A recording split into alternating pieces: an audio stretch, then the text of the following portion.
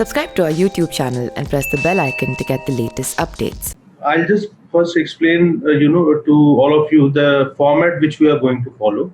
The format is that I will be, because that's much better if you know the and how you can participate in it, or whatever queries you have. So the thing is that we'll start. I'll just introduce the topic, and then Mr. Sinha will give you a broad overview of the issues at hand, and then on the basis of questions which you are sending me, so I'll be putting up these questions to Mr. Sinha. And the questions can be sent in two formats. One is, of course, you can send it on the live chat box also. But I am just giving you a mobile number, so you can send it to me on WhatsApp also. So the number is 9999 310 502. Deepshika ji has already sent it to all the number in the chat box also probably, but I'll just repeat it again: 9999 310 502. So I would be trying to club the similar kind of questions and pick up one or two or three main issues, and then we'll talk about it. So broadly, we are going to finish it off in about 45 minutes or so. So I'll just, start with this thing. Though I've been a journalist for almost about 25 years now, the problem right now is the problem is not the shortage of content. The problem is that there is too much of content when it comes to COVID-19 and its aftermath or the fallout of COVID-19. So whether it is on the social or front or on economic front. So what we need to do, my first advice to all of you is, do not trust too much. The way you don't trust too much WhatsApp, do not trust what is being read, or what is being said, or what is being written, or what is being spoken on news media outlets. Most of the journalists do not understand, the basic economic policy issues. I've been a business journalist myself for almost about 10-15 years. And they are basically, they don't have specialization in that. It's a very complicated issue. These are very complicated issues. This is a very complex situation which we are facing. So what ET is telling you, or what CNBC is telling you, or what, so you better go and cross-check, because challenge also is that many of the journalists have turned into glorified stenographers. So whatever they are told, so they publish it, and you must have seen all of them that in the recent past, several times, the government issued notifications, and then later on it came out with clarifications. In fact, ironically, it had become a joke also, that rather than waiting for the notification to clear the situation, one should wait for, the clarifications. So at 10 o'clock, 11 o'clock in the night, a notification will come, and next day afternoon, there'll be a flurry of clarifications. But the government was not at fault on this thing, I would say, because, this is an unprecedented situation. That who would have thought that the Pandemic Act would be implemented or executed for almost about 50 days or more than 50 days. And it's going to last for at least, I think, a few more weeks. So again, I'll repeat one senior advice: don't trust too much my fellow colleagues on this thing, because they themselves don't understand. So one is that. Second is, broadly, what we are gathered today, there are certain issues which are coming up because several announcements have been made by the state governments and the central governments, and the regulatory framework now has an overarching kind of a thing which is called the Pandemic Act. And the district administration has also been empowered a lot in terms of even taking decisions, which can affect, for example, if there is an industrial estate in a particular district.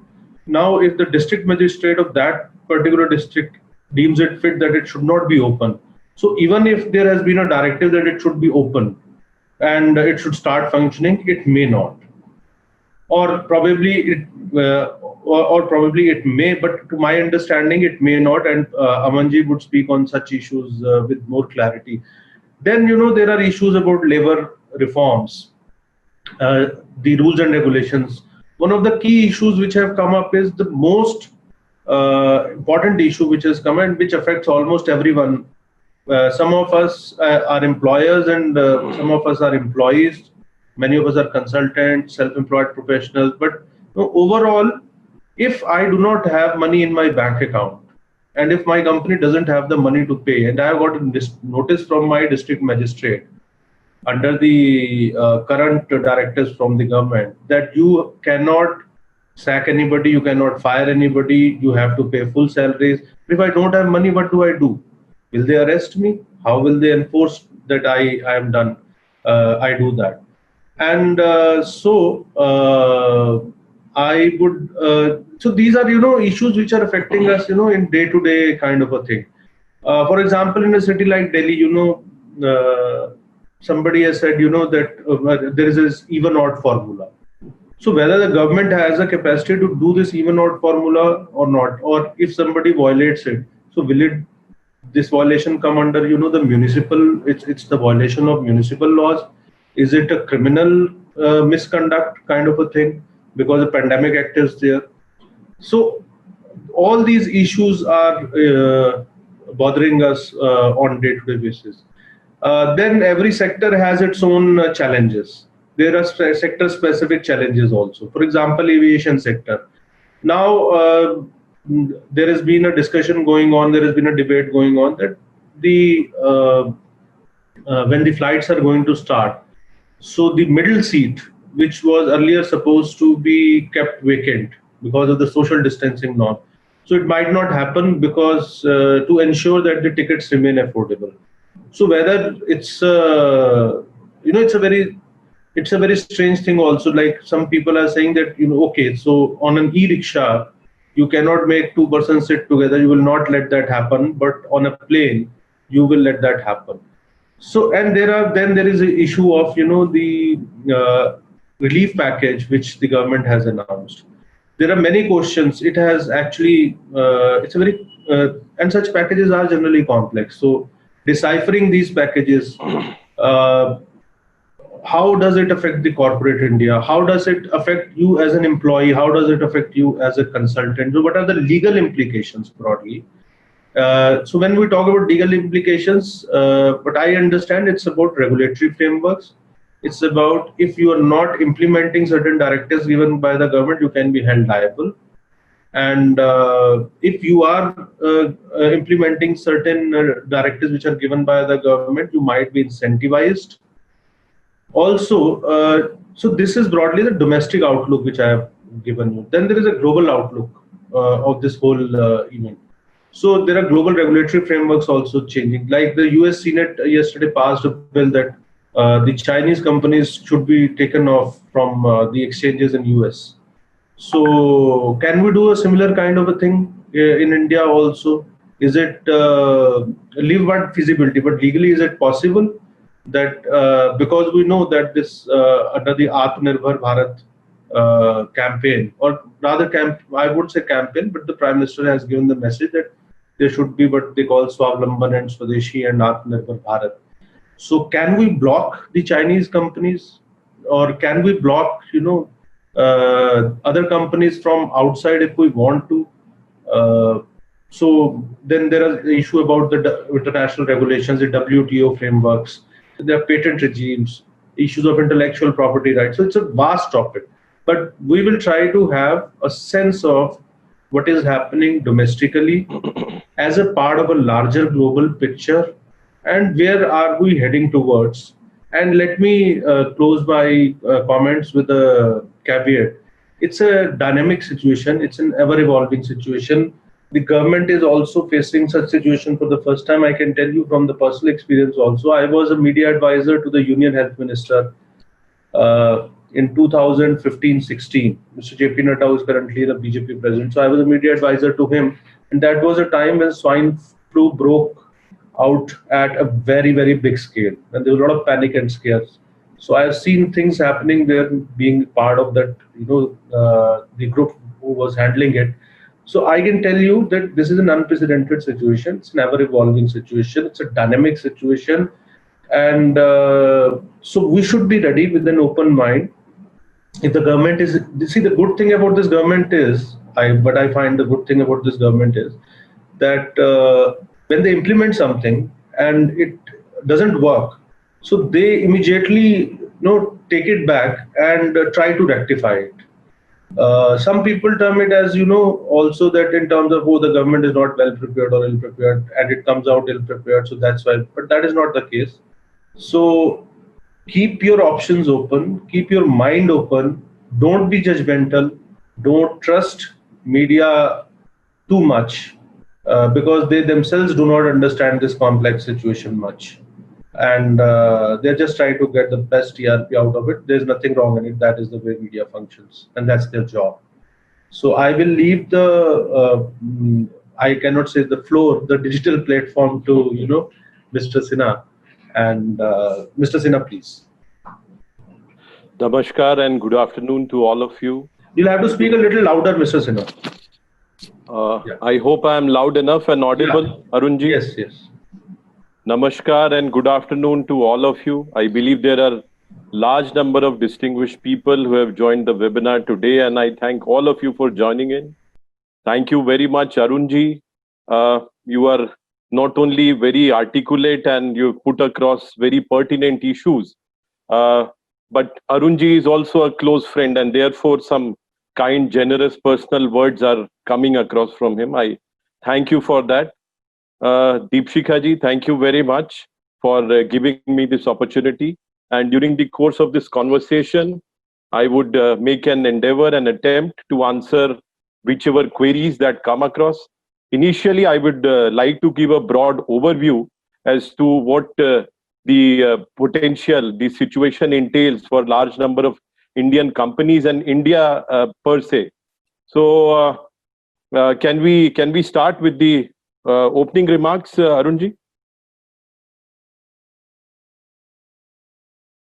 Arunji, can you hear me?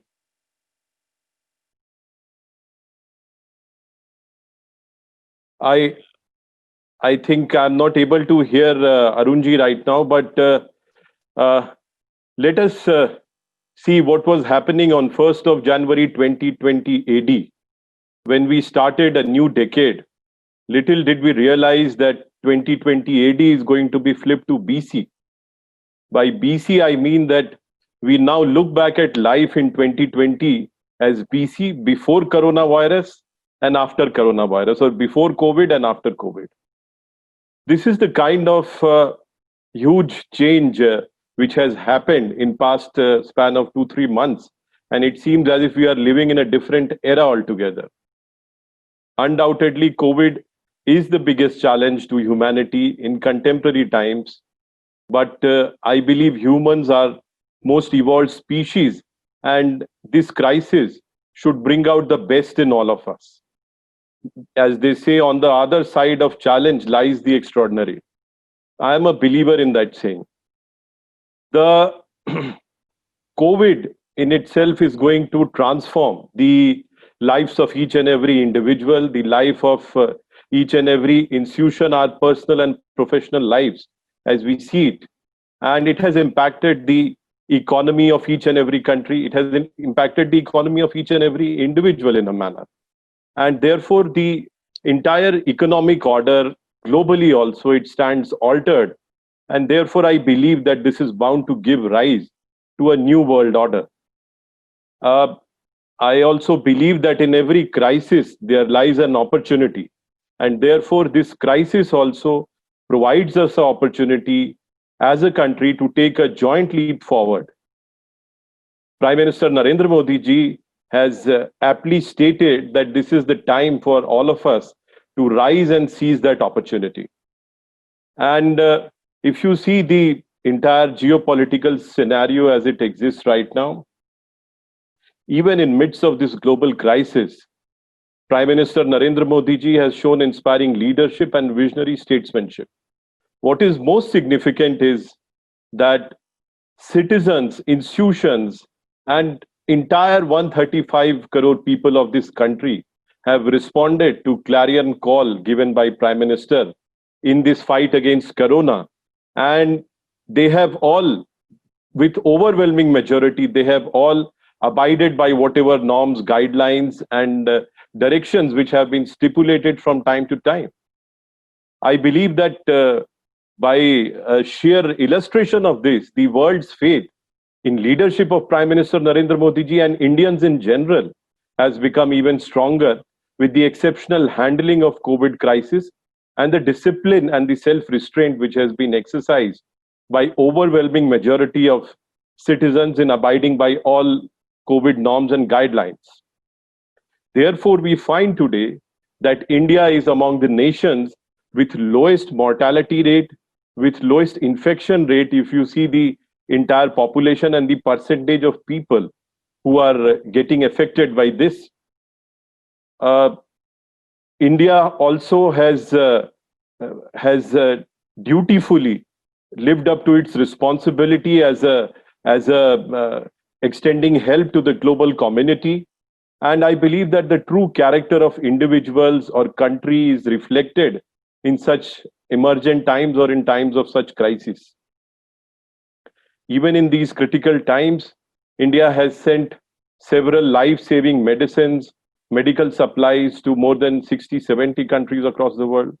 All top global leaders, including whether President Trump or Boris Johnson or UN Secretary General, have applauded India's efforts to help the humanity. India has earned the admiration and respect of the entire world, which also echoes in the India's growing position in the new world order.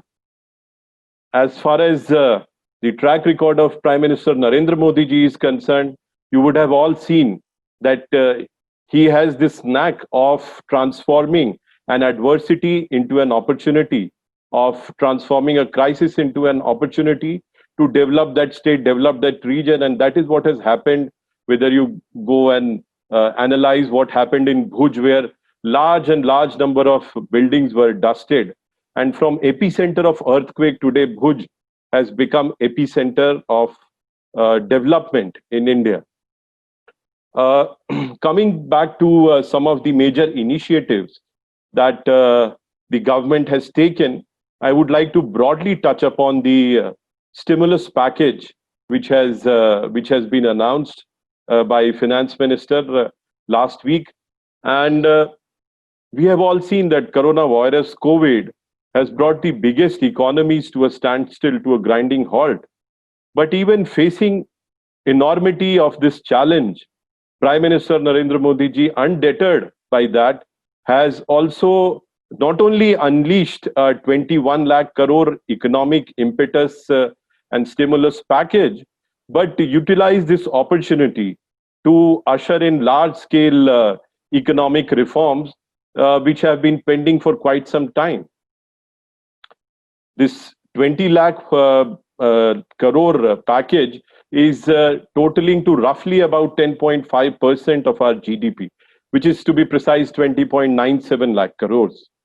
Some other relief measures have been announced even subsequent to that. Even today, we have seen RBI has announced several other relief measures and extending moratorium on loans, etc. So therefore, this my submission is that this cannot be merely looked into just as a relief package or a mega stimulus package, which certainly addresses all sections of society, all sectors of economy. But Prime Minister has also utilized this opportunity to carry out these transformational economic reforms. And I believe that these comprehensive and transformational reforms are not only aimed towards making India self-reliant, as we call Atmanirbhar Bharat, but will also lay down a clear roadmap, a foundation for India to lead the post-COVID new world order. Coming to the global situation that exists today, because if you see the global economics, which is virtually non-existent at this point in time because of the onslaught of COVID pandemic globally, and this was borne out in the data which came out from IMF reports, which was after the COVID crisis set in. And according to the IMF latest projections, the post-COVID world economy is expected to plunge into one of the worst recessions since the Great Depression. and global GDP is likely to reduce by more than 3% of negative growth. USA is expected to have -6% negative growth. Europe is expected to have -7.5% negative growth. And the total estimated loss to global GDP over 2020 and 2021 is over 9 trillion, which is much more and much greater than economies of Japan and Germany put together. Therefore, about 170 countries will experience negative growth this year, and this bleak outlook applies to advanced and developing economies alike. And the crisis certainly knows no boundaries. But however, the only shining light in all this gloom and doom is India. India, according to IMF, will still remain to be the fastest growing economy and the engine of global economic growth. India, I believe, apart from China, is among a handful of nations which are likely to clock in positive GDP growth rate. And IMF has also said that the projection of 1.9% GDP growth rate is highest for G20 nations as far as India is concerned, where China is only projected to grow at 1.6%. But IMF then says that there is a sharp V-shaped recovery, which is likely to come in for India with around 9% GDP growth rate for next year. So therefore, we are well poised to lead in the global geopolitical and economic order post-COVID crisis. Arunji, would you like to add something to that?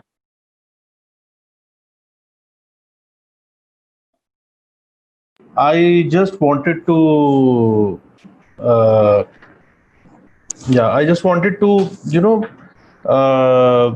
ask you one thing. What is the impact of this Pandemic Act? How does it change the situation in terms of economic decision making or corporate decision making?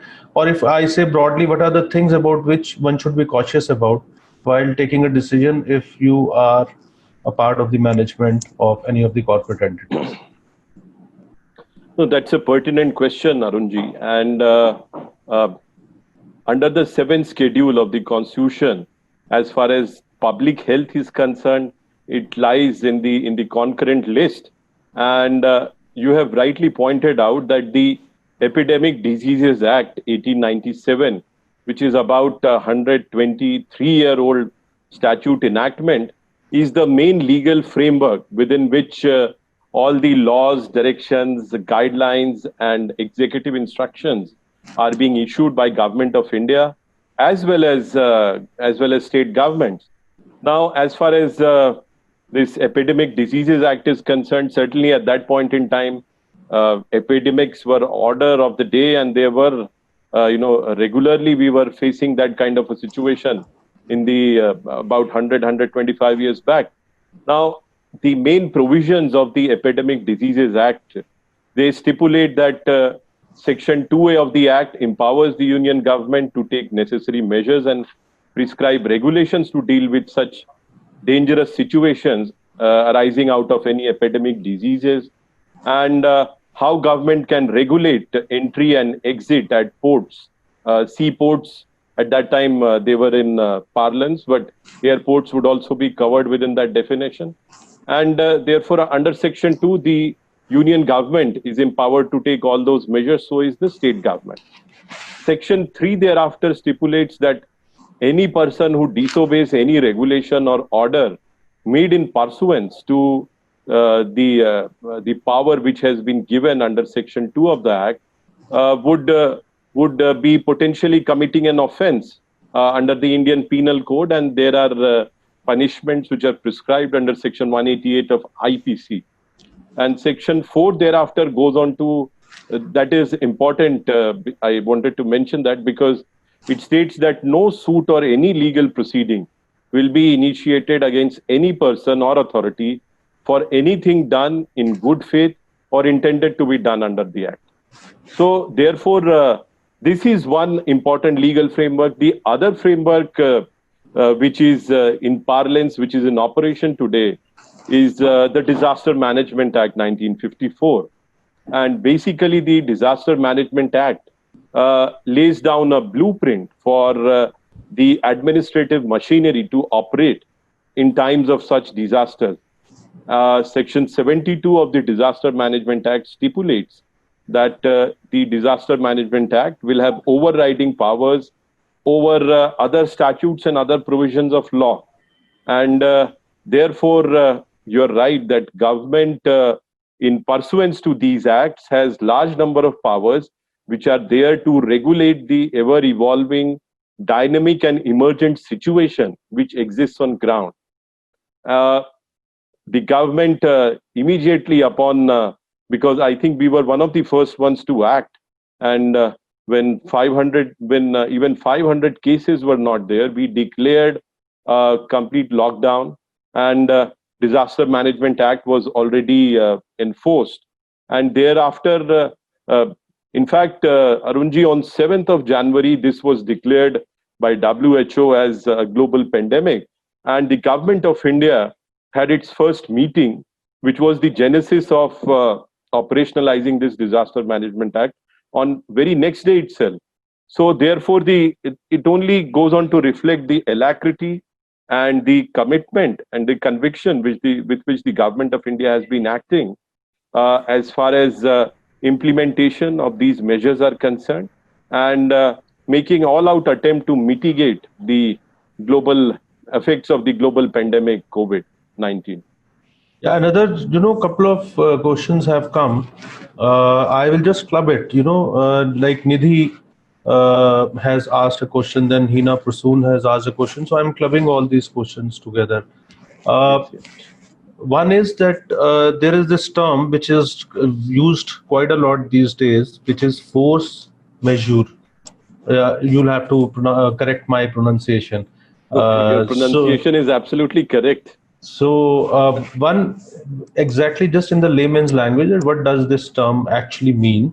And how does this term becomes pretty relevant, whether in terms of claiming damages or insurance claims, or any other thing which is related to unprecedented situations and its economic impact? And then another question which is related to this is broadly the policy framework, because this part of the policy framework is, can any of the orders which are being issued by the authorities under whether Disaster Management Act or any other regulatory framework, can they be implement? Can the government force, or can the government enforce that, or that they should be done with a retrospective effect? They should be implemented with a retrospective effect, which means from a previous state.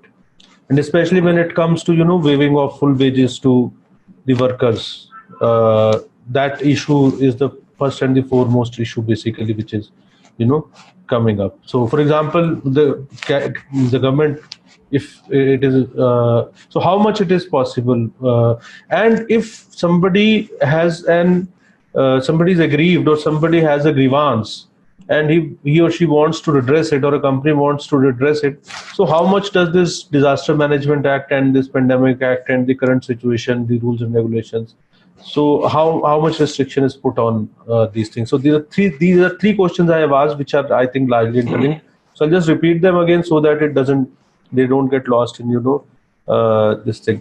One is what does force majeure mean, and how it is relevant? Second is, can the government issue orders from the retrospective effect also?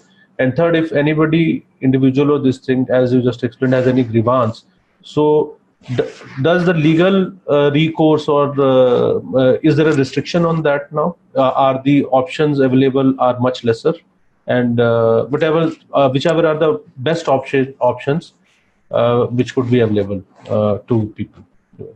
That's Arunji, that's a very pertinent question that you've asked, and thank you to Hina ji and Nidhi ji who have posed this question.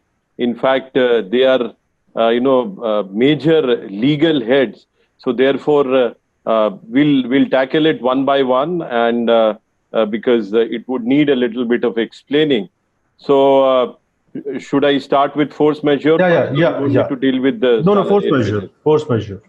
Now, force majeure explained in simple. In fact, it's a French term which means a superior force, and it means an event which can neither be anticipated nor be controlled by any of the contracting parties. And the term would include both the acts of nature as well as the acts of people. The force majeure clause is a very common clause in contracts, and that essentially frees the parties from liabilities and obligations when an extraordinary event or circumstance beyond their control arises, and prevents both the parties from fulfilling their obligations. The force majeure clause, one may seek relief of, in the force majeure clause, one can seek for relief of doctrine of frustration also, where there is an impossibility to fulfill either party's performance under the contract due to occurrence of a subsequent event. And we find a mention of that in section 56 of the Indian Contracts Act 1872. So although the term force majeure per se is not there in the Contracts Act, but the doctrine of frustration of contract is there in section 56, and that also has a wide ambit. So even if, for instance, two contracting parties or two companies, because you were asking that how would it affect a large number of corporates? Now, if a force majeure clause is there, then it spells out the conditions, the situations, the circumstances within which that force majeure clause would be operationalized.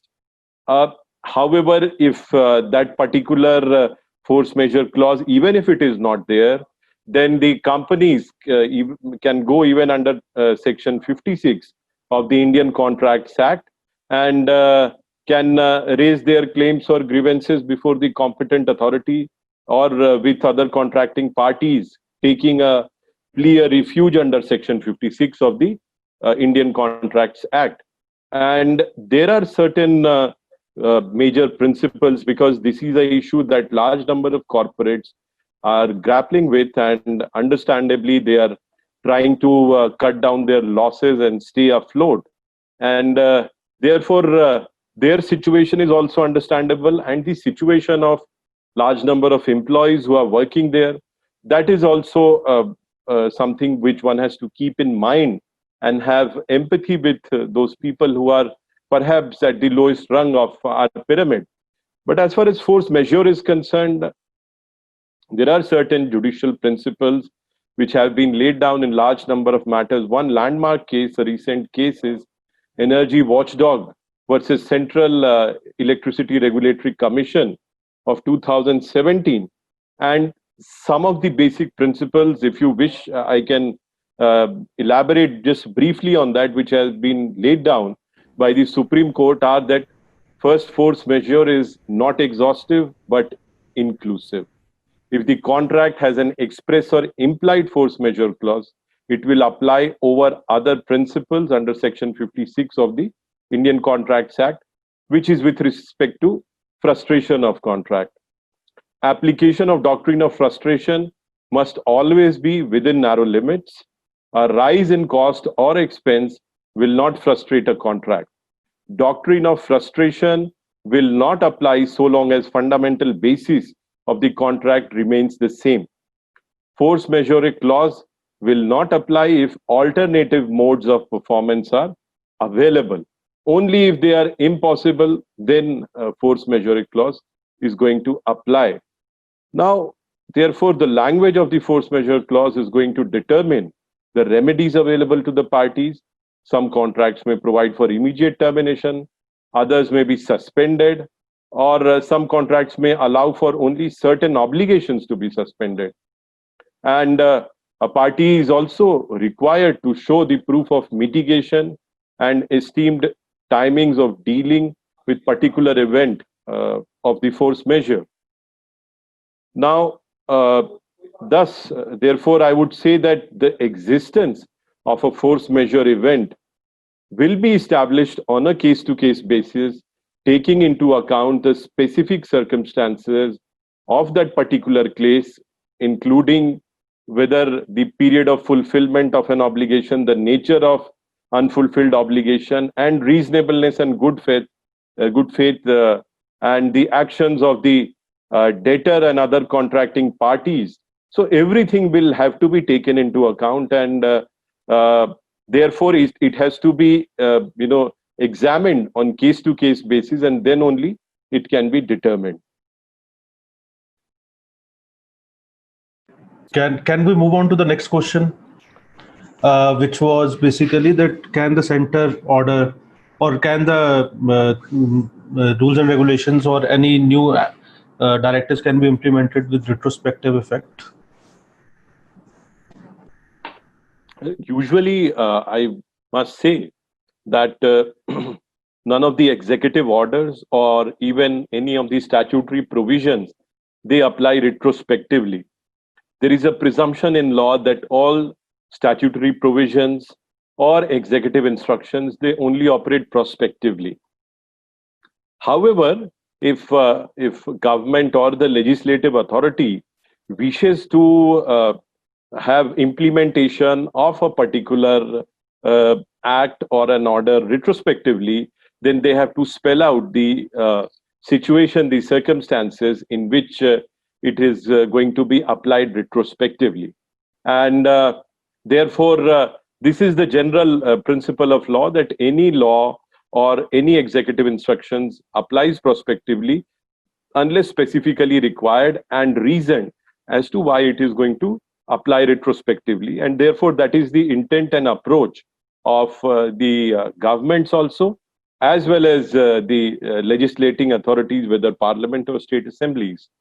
So therefore, that position is very clear. That is right, that in pursuance to provisions of the Disaster Management Act, as well as the Epidemic Act 1897, the government has large sweeping powers that it has been empowered with, and because it's a situation which is ever changing, ever evolving, each and every hour, each and every minute maybe, and you have to be very dynamic and you have to quickly respond. So therefore, that kind of elbow room or for administrative exigency has been given to the executive in order to deal with such issues, and I believe they are doing a excellent job of that. Certainly, wherever we feel that anything needs to be improved or improvised, or the government feels, it certainly doesn't sit back. It comes out with yet another resolution or clarification.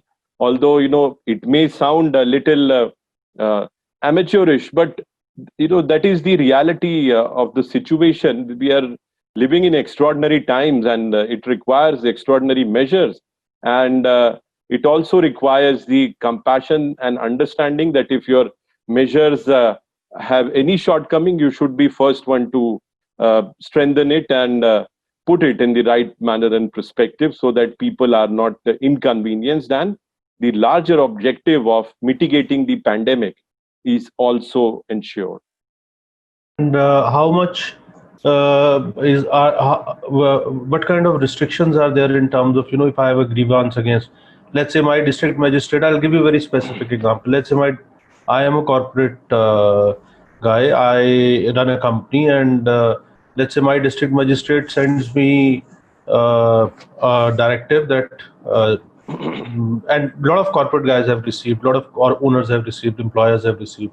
This is that you are not supposed to lay off any of your labor, and you're not supposed to cut their salaries. You're supposed to pay them in full, and if you don't do that, that will be violation of the government orders, and necessary action will be taken. Now, what is what are the legal options available for me broadly in terms of grievance redressal, or do I have any legal options? Is this order enforceable on me? And even if I don't have, my company doesn't have the money in the bank to pay it? Arunji, you're right. And as we were discussing earlier, that this is an extraordinary situation, not only for, companies and, individuals, employees who are working there, for each and every one of us. And therefore, all of us have to, empathize with each other, cooperate with each other. And so do the administrative authorities also. The fact of the matter is that certainly the people who are, in at the bottom rung of the economic ladder, they need to be, their basic needs, requirements of, getting bread and butter for, 3 times a day, and their basic sustenance, that has to be kept in mind, and certainly that has to be one of the primary objectives. And I'm sure all the not only the government is conscious of that, all the corporates, individuals are also, and institutions are also very mindful of that, and they are also, they are also doing efforts from their side to see that their, troubles are mitigated in some manner or other. Now, as far as legal position is concerned, that you're asking, now, clearly the regulations, the MHA notification, which you're referring to, it's 29th March notification, that does clearly say that the wages and salaries, they have to be paid at the right time. And there are labor ministry instructions also, which say that, labor should not be retrenched or laid off in that manner.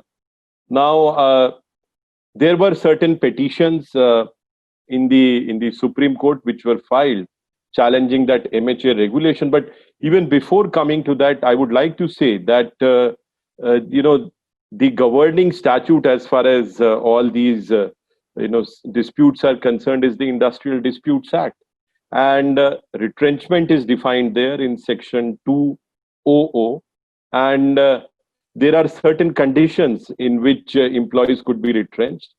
Those are also spelled out in section 25F. For the sake of brevity, I am not going there with provisions of notice, etc. So if those provisions are complied with, then certainly it can be a matter of legal judicial scrutiny. So is as far as layoff is concerned, that has also been specifically defined in section 2KK of that particular act. And there are conditions for layoff also which have been stipulated.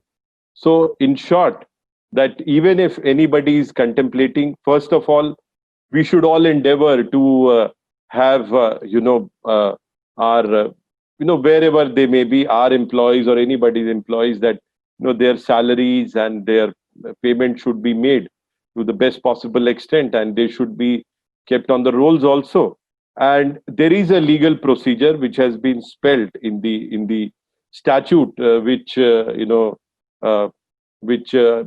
believe corporates can see, that spells out the legal position. Now, but MHA guideline is very clear on that, that the salary deductions, there would not be any cut in that manner.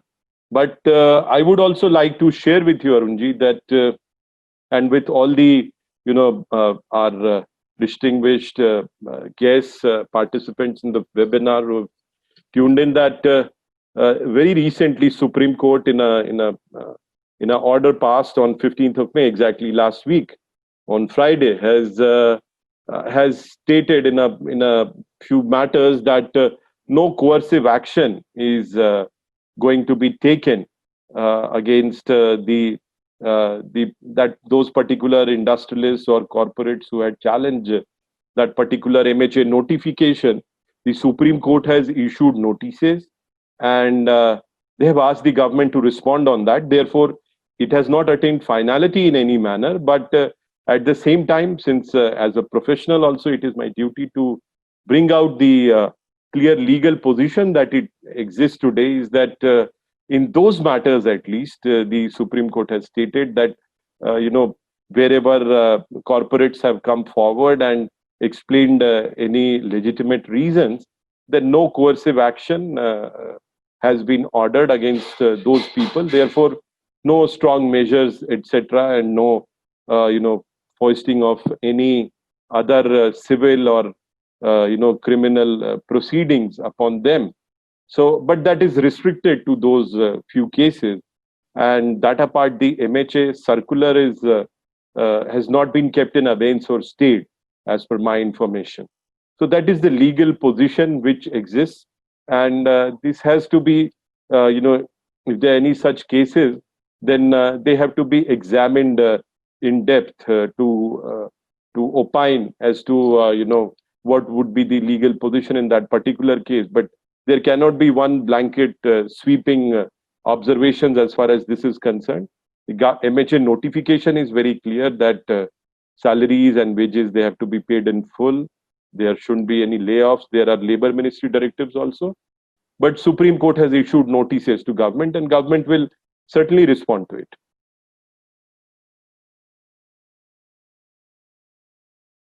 I have a flurry of questions.